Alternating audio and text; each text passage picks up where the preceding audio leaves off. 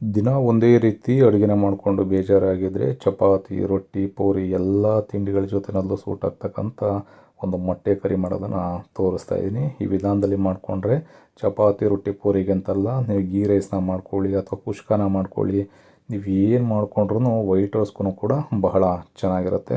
ತುಂಬ ರುಚಿಯಾಗಿರ್ತಕ್ಕಂಥ egg bhurji gravy ಮಾಡೋದನ್ನು ತೋರಿಸ್ತಾ ಇದ್ದೀನಿ. ತುಂಬ ಸಿಂಪಲ್ಲಾಗಿ ಒಂದು 10 ನಿಮಿಷದಲ್ಲೇ ರೆಡಿ ಮಾಡ್ಕೋಬೋದು. ಬನ್ನಿ ಯಾವ ರೀತಿ ಅಂತ ನೋಡೋಣ. ಮೊದಲಿಗೆ ನಾವು ಮೊಟ್ಟೆನ ಚೆನ್ನಾಗಿ ಫ್ರೈ ಮಾಡ್ಕೋಬೇಕಾಗತ್ತೆ. ಹಾಗಾಗಿ ಒಂದು ಫ್ರೈ ಪ್ಯಾನ್ಗೆ 2 ಟೇಬಲ್ ಸ್ಪೂನಷ್ಟು ಎಣ್ಣೆನ ಸೇರಿಸ್ಕೊಳ್ತಾಯಿನಿ. ಎಣ್ಣೆ ಚೆನ್ನಾಗಿ ಬಿಸಿ ಆದಮೇಲೆ ಇದಕ್ಕೆ 5 ಮೊಟ್ಟೆಗಳನ್ನ ಒಡೆದು ಸೇರಿಸ್ಕೊಳ್ತಾಯಿನಿ. ಈ ರೀತಿ ಮೊಟ್ಟೆನ ಸೇರಿಸ್ಕೊಂಡು ಒಂದು 4 ರಿಂದ 5 ನಿಮಿಷ ಚೆನ್ನಾಗಿ ಮೊಟ್ಟೆನ ಫ್ರೈ ಮಾಡ್ಕೋಬೇಕು. ಈ ರೀತಿ ಮೊಟ್ಟೆನ ಸಪ್ರೇಟಾಗಿ ಫ್ರೈ ಮಾಡಿಕೊಂಡು ನಾವು ಗ್ರೇವಿನ ಮಾಡ್ಕೊಳ್ಳೋದ್ರಿಂದ ಬಹಳ ರುಚಿಯಾಗಿರುತ್ತೆ. ಆಗಲೇ ಹೇಳಿದಾಗೆ ಚಪಾತಿ, ರೊಟ್ಟಿ ಜೊತೆ ತಿಂತಾಯಿದ್ರೆ ಆಹಾ ಅದ್ಭುತವಾಗಿರುತ್ತೆ. ಅಥವಾ ಬಿಸಿ ಬಿಸಿ ಅನ್ನಕ್ಕೂ ಕೂಡ ಬಹಳ ರುಚಿಯಾಗಿರುತ್ತೆ. ಈಗ ಮೊಟ್ಟೆ ಚೆನ್ನಾಗಿ ಫ್ರೈ ಆಗಿದೆ, ಇದನ್ನು ಸಪ್ರೇಟಾಗಿ ತೆಗೆದಿಟ್ಕೊಳ್ಳೋಣ.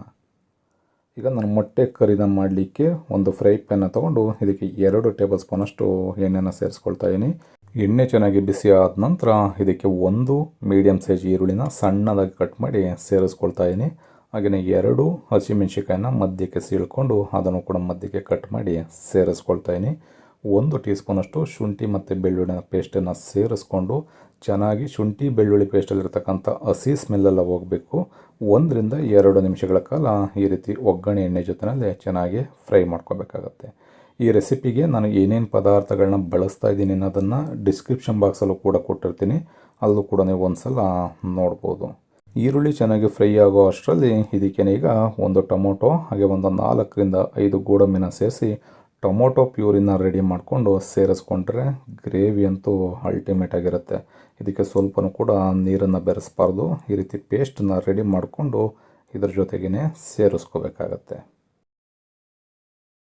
ಈಗ ಈರುಳ್ಳಿ, ಶುಂಠಿ, ಬೆಳ್ಳುಳ್ಳಿ ಪೇಸ್ಟೆಲ್ಲ ಚೆನ್ನಾಗಿ ಫ್ರೈ ಆಗಿದೆ. ಇದಕ್ಕೆ ಈಗ ರುಬ್ಕೊಂಡಿರ್ತಕ್ಕಂಥ ಟೊಮೊಟೊ ಪ್ಯೂರಿನ ಸೇರಿಸ್ಕೊಳ್ಳೋಣ. 1/4 ಟೀ ಸ್ಪೂನಷ್ಟು ಅರಿಶಿಣದ ಪುಡಿ, ಅರ್ಧ ಟೀ ಸ್ಪೂನಷ್ಟು ಗರಂ ಮಸಾಲ, 1 ಟೀ ಸ್ಪೂನಷ್ಟು ಧನಿಯಾ ಪುಡಿನ ಸೇರಿಸ್ಕೊಳ್ತಾಯಿನಿ. ಖಾರಕ್ಕೆ ನಾನಿಲ್ಲಿ 1 ಟೀ ಸ್ಪೂನಷ್ಟು ಅಚ್ಚ ಖಾರದ ಪುಡಿನ ಸೇರಿಸ್ಕೊಳ್ತಾಯಿನಿ. ರುಚಿಗೆ ತಕ್ಕಷ್ಟು ಉಪ್ಪು ಇಷ್ಟನ್ನು ಸೇರಿಸ್ಕೊಂಡು ಒಂದು 2 ಟೇಬಲ್ ಸ್ಪೂನಷ್ಟು ಮೊಸರನ್ನು ಸೇರಿಸ್ಕೊಂಡ್ರೆ ಗ್ರೇವಿ ಕಲರ್ ಚೆನ್ನಾಗಿರುತ್ತೆ. ಹಾಗೆ ಗ್ರೇವಿನೂ ಅಷ್ಟೇ ತುಂಬ ಗಟ್ಟಿಯಾಗಿ ರೆಡಿ ಆಗುತ್ತೆ. ಈ ರೀತಿ ಮಸಾಲ ಪದಾರ್ಥಗಳನ್ನ ಸೇರಿಸಿ ಆದಮೇಲೆ ಕಂಪ್ಲೀಟಾಗಿ ಸ್ಟವನ್ನು ಮೀಡಿಯಮ್ ಉರಿನಲ್ಲಿ ಇಟ್ಕೊಂಡು ಈ ಮಸಾಲಾನ ಬೇಯಿಸ್ಕೋಬೇಕಾಗತ್ತೆ. ಈ ಮಸಾಲೆ ಎಲ್ಲ ಚೆನ್ನಾಗಿ ಬೆಂದು ಎಣ್ಣೆ ಬಿಡ್ತಾ ಬರಬೇಕು. ಅಲ್ಲಿವರೆಗೂ ಒಂದು 3 ರಿಂದ 4 ನಿಮಿಷಗಳ ಕಾಲ ಎಳೆ ಕಾವಿನಲ್ಲಿ ಮೀಡಿಯಮ್ ಉರಿನಲ್ಲಿ ಇಟ್ಕೊಂಡು ಬೇಯಿಸ್ಕೋಬೇಕಾಗತ್ತೆ.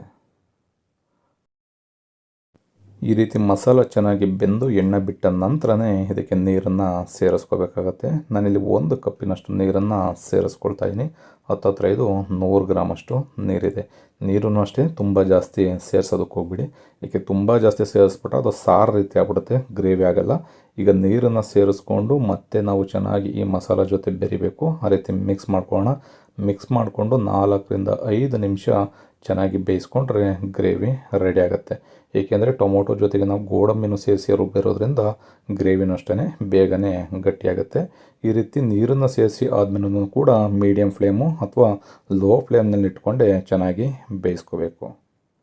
ಈ ರೀತಿ ಮಸಾಲೆ ಎಲ್ಲ ಚೆನ್ನಾಗಿ ಬೆಂದ ನಂತರ ಮನೆಯಲ್ಲಿ ಏನಾದರೂ ಫ್ರೆಶ್ ಕ್ರೀಮ್ ಇದ್ದರೆ 1 ಟೇಬಲ್ ಸ್ಪೂನಷ್ಟು ಫ್ರೆಶ್ ಕ್ರೀಮ್ನ ಸೇರಿಸ್ಕೊಳ್ಳಿ. ಕೊನೆಯಲ್ಲಿ 2 ಹಸಿಮೆಣಸಿಕಾಯಿನ ಈ ರೀತಿ ಮಧ್ಯಕ್ಕೆ ಕಟ್ ಮಾಡಿಕೊಂಡು ಸೇರಿಸ್ಕೊಳ್ತಾಯಿನಿ. ಗ್ರೇವಿನೂ ಅಷ್ಟೇ ನೋಡ್ಬೋದು ಬೆಂದ ನಂತರ ಮತ್ತೆ ಚೆನ್ನಾಗಿ ಗಟ್ಟಿಯಾಗಿದೆ. ಗ್ರೇವಿ ಕಲ್ಲರ್ ಕೂಡ ಸೂಪರಾಗಿರುತ್ತೆ.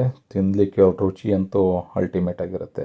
ಈ ರೀತಿ ಮಸಾಲೆ ಎಲ್ಲ ಕಂಪ್ಲೀಟಾಗಿ ಬೆಂದ ನಂತರ ನಾವು ಫ್ರೈ ಮಾಡಿ ಇಟ್ಕೊಂಡಿರ್ತಕ್ಕಂಥ ಮೊಟ್ಟೆನ ಸೇರಿಸ್ಕೋಬೇಕು. ಈ ರೀತಿ ಮೊಟ್ಟೆನ ಸೇರಿಸಿ ಆದಮೇಲೆ ತುಂಬ ಜಾಸ್ತಿ ಉರಿನ ಕೊಟ್ಟು ಬೇಯಿಸೋದಕ್ಕೆ ಹೋಗಬೇಡಿ.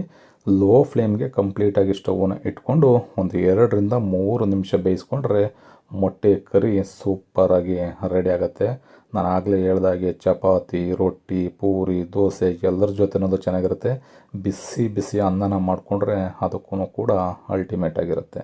ತುಂಬ ಸುಲಭವಾಗಿ ಕಡಿಮೆ ಸಮಯದಲ್ಲೇ ಈ ರೆಸಿಪಿನ ಮಾಡ್ಕೋಬೋದು. ಒಂದೇ ರೀತಿ ತಿಂದು ಬೇಜಾರಾಗಿದ್ದರೆ ಈ ವಿಧಾನದಲ್ಲಿ ಮಾಡಿಕೊಂಡು ಒಂದು ಸಲ ರುಚಿನ ನೋಡಿ ಹೇಗಿತ್ತು ಅನ್ನೋದನ್ನು ಕಮೆಂಟ್ ಮಾಡಿ.